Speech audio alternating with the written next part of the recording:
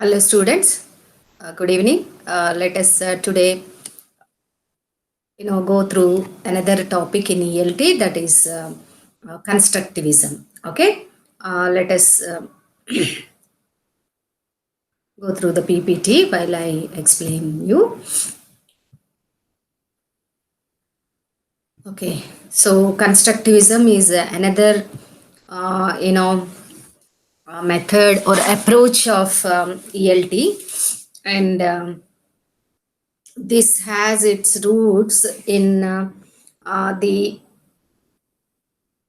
in the some of the cognitive theorists who started questioning the objectivistic assumption of behaviorist and cognitive approach of mapping the world onto the learner. So this behaviorist as well as cognitivists, they actually treating as if the world is there and the learner has to know about the world, and it is like making the learner to know the world and to look into the world rather than look over the world through his or her ideas or his own thinkings or personal thinkings. So some people started that this as if the world is the object there, and we have to tap it, or we have to, what you say, learn about that, etc., as if world itself is presenting some meanings to us and some learnings to us, like that. So this approach of the behaviorist and cognitive theories was was considered that it is not sufficient for giving a good learning, especially the learning of a foreign language as such. So some started questioning these objectivistic approaches towards language learning, and then started adopting a more constructive approach to learning and understanding. And this actually is known as constructivism. And these people who started this approach consider that knowledge is a function of how the individual creates meaning from his or her own experiences. See, the general meaning of the word construction as such. So it is whatever we have, and then ideas or physical objects, whatever it is, we'll put them together and try to construct a meaning or a meaningful. It is a physical object. If it is constructing a building, how a brick by brick we construct a building, or if it is word, sentence, how we put words in a certain order so that it will convey a meaningful sense, that is also a construction. That is like the construction of the sentence. So here actually, what is the learner constructing? According to this approach, the constructivist approach, knowledge, they say, is a function how the individual creates meaning from his or her own experiences. So the world is there, no doubt, but how we look onto the world, it is from our own experiences, far from our own point of view. This is very much important because, according to people's personal experiences, the meaning of the word or the world may change.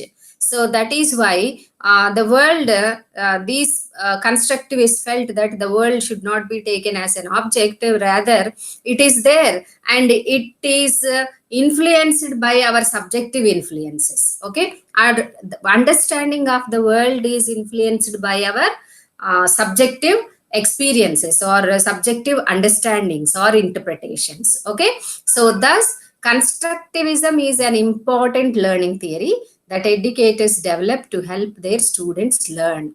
So, how to learn? With your own experiences only. You look at the world, or you look at a particular language with whatever you have in your mind, or with whatever your experiences are. So, it is based on the idea that people actively construct. This is what I told you, no? So, with whatever we have in our mind, we actively construct or make their own knowledge. So, people try to make their own knowledge, and that reality is determined by your experiences as a learner. So the reality is determined by your experiences as a learner.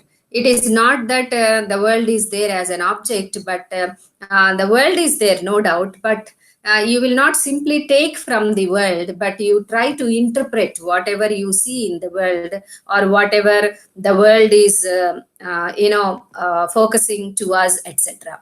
So this is what is called the constructivism. And then no, there are some types of constructivism here. These are the two major types of constructivist learning approaches, that is cognitive constructivism and social constructivism. Cognitivism we have seen, that is all regarding the mental processes that undergo when you want to learn anything. Okay, so cognitive constructivism, how you will use your mind to construct the meaning of the world, or other things in the world. Okay, so social constructivism is regarding the social, what you are in the society. Actually, your social environment defines some concepts. Actually, you will try to understand some concepts with the prior knowledge of what you have regarding such and such a kind of what you say, social behaviors or social institutions, etc. So Piaget is the advocate or developer of this cognitive constructivism view of learning, and Vygotsky has developed the social constructivism view of learning. Besides these two major types of constructivism, we have some minor types also, like radical constructivism and cultural constructivism. Of course, cultural constructivism is like how culture in which you are brought up, helps you to understand this world. Okay, or even the language. Okay, then principles. What are the principles behind this approach of ELT? Knowledge is constructed, not transmitted. This is more important. Remember this, because knowledge is constructed, not transmitted. And we have seen in behaviorism that knowledge is transmitted with the observable behaviors of the learners, who try to imitate their elders. And of course, even in cognitivism also, to some extent, this aspect is there. But here, constructivism emphasizes that knowledge is constructed, with whatever you have in your mind. Prior knowledge impacts the learning process. If you have a prior knowledge, that of course impacts the learning process. Say, for example, let me give you this very simple example of learning English language. If you want to learn the English language, obviously your knowledge of your mother tongue will influence. And sometimes it is good, sometimes it is not good. And as we have seen in the grammar translation method, where mother tongue, of course, is used to teach the other language, but after some time they felt that that is not good, and this is not sufficient to teach language effectively, a foreign language or a target language. And when we come to the direct method, there in that we have seen how mother tongue influence is avoided completely, and it felt that it is detrimental, or it is it creates hurdles in getting the fluency of the target language, or the on a foreign language, whichever we are learning. So like this, but constructivism, like a midway between these two, actually believes or advocates that our prior knowledge, however, will impact the learning process, and initial understanding is local, not global. So they say initial understanding of whatever that you are learning is only a local thing and it is not universal. Building useful knowledge structures requires effortful and purposeful activity. Of course, if you want to build new knowledge structures, it requires some efforts and purposeful activity. And then, so whatever the principles that we have discussed now, as we have seen some differences and similarities, etc. This is constructivism is not a totally new approach to learning. So in the sense, though the word is not used till it is advocated by Piaget and others, the principles or the approaches that are used in other approaches of language learning or foreign language learning, etc., are there in constructivism. Like most other learning theories, it has multiple roots in the philosophical and psychological viewpoints of this century, specifically in the works of Piaget, Brunner, and Goodman. So, of course, Piaget is the advocate of, I think, cognitivism also. So, in those psychological and philosophical theories, if we go through the cognitivism, behaviorism, etc., you will find the basis for the development of this constructivism. And of course, in the recent years, it has become a hot issue. In the sense, it grabbed the attention of many language teachers, and also all the foreign language teachers who are trying to impart successfully the language to the target learners. Okay, so though it is not a new, it has grabbed the field of new learning, especially in the language learning. Okay, constructivism is a theory that equates learning with creating meaning from experience. So we try to create meaning with our own experiences. And even though it is considered to be a branch of cognitivism, it distinguishes itself from traditional cognitive theories in a number of ways. And I told you that cognitivism, of course, is the basis for constructivism, no doubt in that. Yet, it differs from the cognitivism in many ways. What are these? Let us see here in this slide. Most cognitive psychologists think of the mind as a reference tool. No, cognitivists, they say that mind is the reference tool to the real world, but constructivists believe that the mind filters input from the world to produce its own unique reality. So the mind is not simply accepting whatever is there in the real world, as cognitivists say. But what is it doing? The mind is trying to filter the input from the world to produce its own unique reality. That is why our prior knowledge works here. Okay, like with the rationalists of Plato's time, the mind is believed to be the source of all meaning.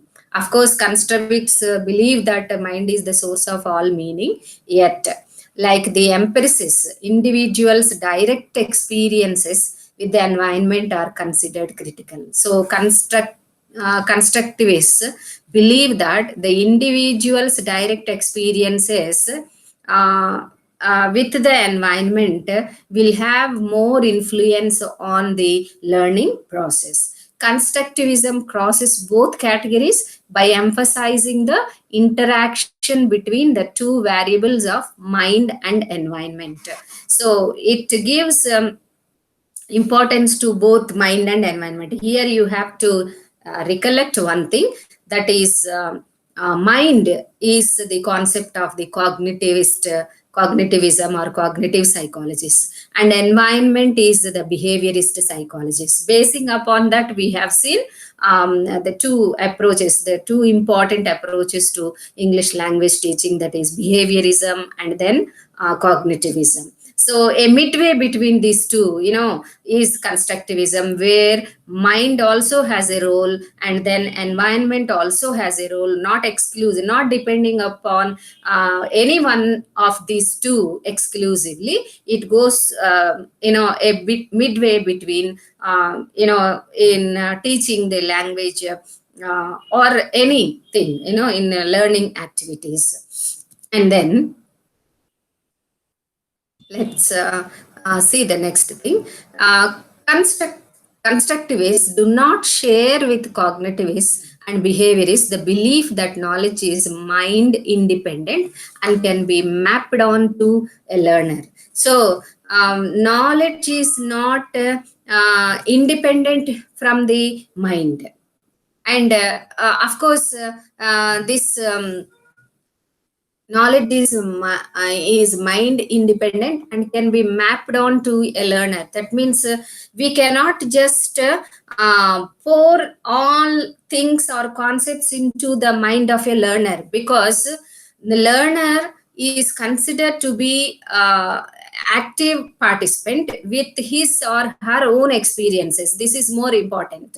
Before the learner approaches you, or before the learner comes to us to learn a foreign language or whatever it is, he will be having his own idea or his own views of the world or the concepts or language, whichever he is going to learn. So the constructivists will not share the belief that knowledge is mind independent. Of course, knowledge is dependent on the mind. Okay, and constructivists do not deny the existence of the real world, but contend that what we know of the world stems from our own interpretations of our experiences. See, here these people won't deny a real world that is existing like an object, yet what they say or what they believe is our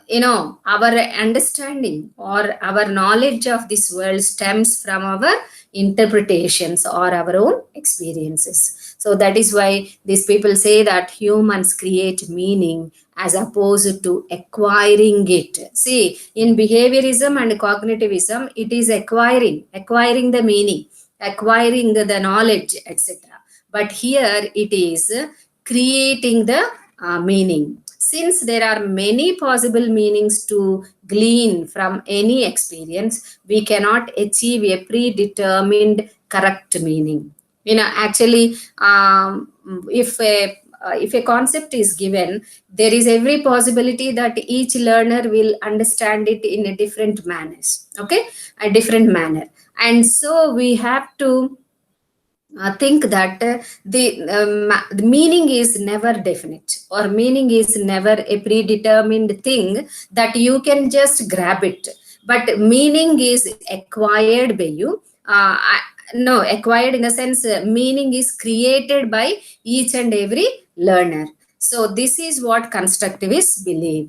And then they say that learners do not transfer knowledge from the external world into their memories. Rather, they build personal interpretations of the world based on their individual experiences and interactions. This is what is emphasized. So, learners will not transfer knowledge from the external world into their memories, but rather, knowledge is built within, and thus, the internal representation of knowledge is constantly open to change. So the knowledge, representation of knowledge is constantly changing, and there is not an objective reality that learners strive to know. There is no one objective reality that learners are striving to know. There can be many realities. That is what knowledge emerges in context within which it is relevant. So constructivists believe in the context.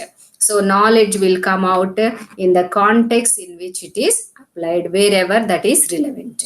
So therefore, in order to understand the learning which has taken place within an individual, the actual experience must be examined. So constructivists believe that we have to understand the learning which has taken place within an individual, the actual experience must be examined. What experience he or she gained, that is what we should examine. What are the factors that influence learning in this method? So here, let us see onto the slide. Now, this constructivists, they believe that both learner and environmental factors are critical to the constructivists. So learner and environmental, and between these two variables that creates, they believe that a specific interaction between the learner and the environment actually creates knowledge. And they also argue that behavior is situationally determined. What is your behavior? We can't give any single answer for that, because according to the situation, as and when required, we might be having some sort of behaviors. Okay, so they believe that behavior is not a thing that can be fixed and say that this is what is behavior. We cannot say it. Of course, the behavior comes out situationally, and that is what constructivists believe. Just as the learning of new vocabulary is enhanced by exposure and subsequent interaction with those words in context. For example, you are learning new words in the vocabulary. If you keep on reading in the dictionary, you may not be able to learn many words. But if you get a chance to use them in subsequent interactions, or in the context wherever they are applicable, you will get more vocabulary along with the meanings and then usage also. So it is essential that content knowledge be embedded in the situation in which it is used. So for example, a constructivist activity of learning a language is to use the vocabulary to create a situation where the learner can use the vocabulary that he has already memorized or he has already acquired, and basing upon these words, he will try to create some new sentences or phrases, etc. Sometimes he will also observe that one particular word will not have any fixed meaning, but the context changes the meaning also. So this is actually constructing meanings. So if you have a store of words in your mind, and if you start applying them in different contexts or situations, you will understand. And this is nothing but this whole process is referred as constructivism, or constructing the meanings. And there are some scholars or experts in this field who suggested, like you can read the names on the slide, Brown, Collins, etc. They suggested that situations actually co-produce knowledge along with cognition, of course, through activity. So situational learning is more important. And then, that is what I have told you just now. If you have words and if you put them into situations, you will learn more out of that. Okay. And in this approach, every action is viewed as an interpretation of the current situation based on an entire history of previous interactions. This we have seen, every action is interpreted as a situation, based on the entire history of our previous interactions. Just as the shades of meanings of given words are constantly changing, a learner's current understanding of a word, so too will concepts continually evolve with each new use.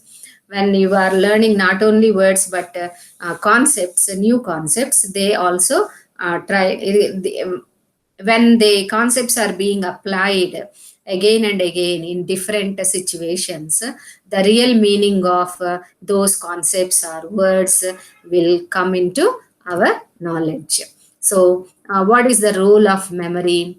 Of course, we can say, of course, memory is necessary, but not as it has in the approach of cognitivism. So, memory has much role there in cognitivism.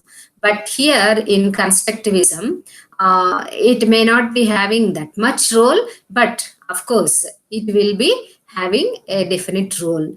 The goal of instruction is not only to ensure that individuals will know particular facts, but also to notice that they will elaborate and interpret information. It is not just they'll be memorizing words, etc., but they learners in this approach should be able to elaborate them and interpret them. Okay, and then a concept will continue to evolve with each new use as new situations, negotiations, and activities recast it in a different manner.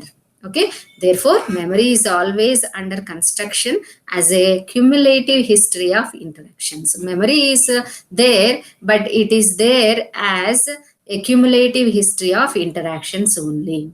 And then the emphasis is not on retrieving intact knowledge structures, but on providing the learners with the means to create novel and situation specific understandings by assembling prior knowledge from diverse sources. The constructivists emphasize on not exactly retrieving the intact knowledge structures, but it is to create the novel situation specific understandings by assembling the prior knowledge from diverse sources appropriate to the problem at hand. Whatever problem is there, they have to apply to that and create new knowledge.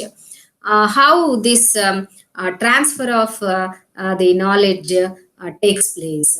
See, actually, the constructivist position assumes that transfer can be facilitated by involvement in authentic tasks. They from some tasks, if they were given, the learners will understand what is getting transferred, how the knowledge that they have acquired is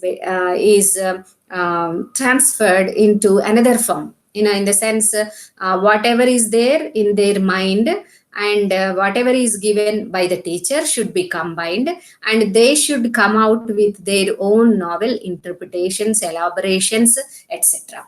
So this is why in an essential concept in the constructivist view is that learning always takes place in a context.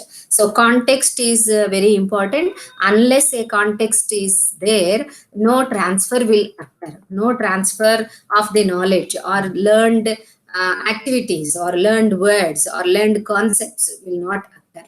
So the goal of instruction is to accurately portray tasks, what tasks should be given, and not only to define the structure of learning required to achieve a task. So constructivists, they aim to portray the tasks accurately rather than focusing on the achieving of the task. So they believe that if the learning is decontextualized, the transfer will not occur. So always they try to create some context or situations in which that will this knowledge that is acquired will be used. Okay, so when the learners are able to construct the meanings like this, where is it useful? So they actually they say that constructivism helps in the advanced levels of learning, where they say in introductory, actually Jonathan described knowledge acquisition in three stages, that is introduction, introductory, advanced, and expert.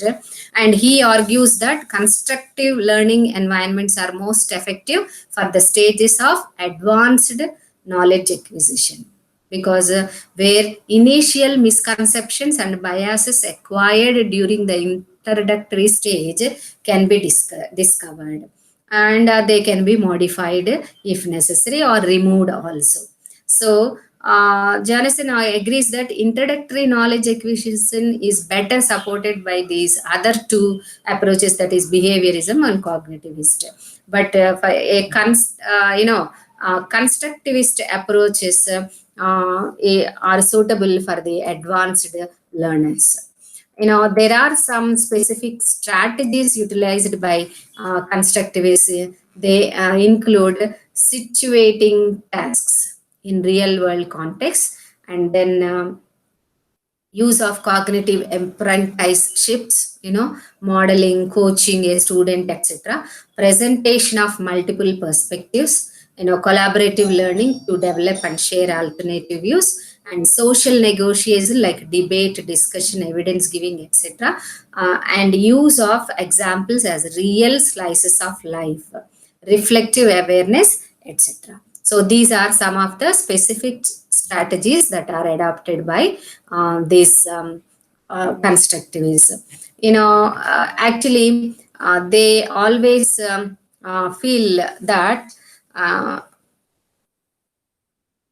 the focus of instruction, in constructivism, shifts from teaching to learning. It is not that a teacher is there and he teaches you, but it is enabling the learner to learn whatever he is having in his mind through some situational learnings, or whatever prior knowledge, whatever prior knowledge we have, and we will apply this prior knowledge to the new learning of the new things, etc. So constructivists actually believe in you know um,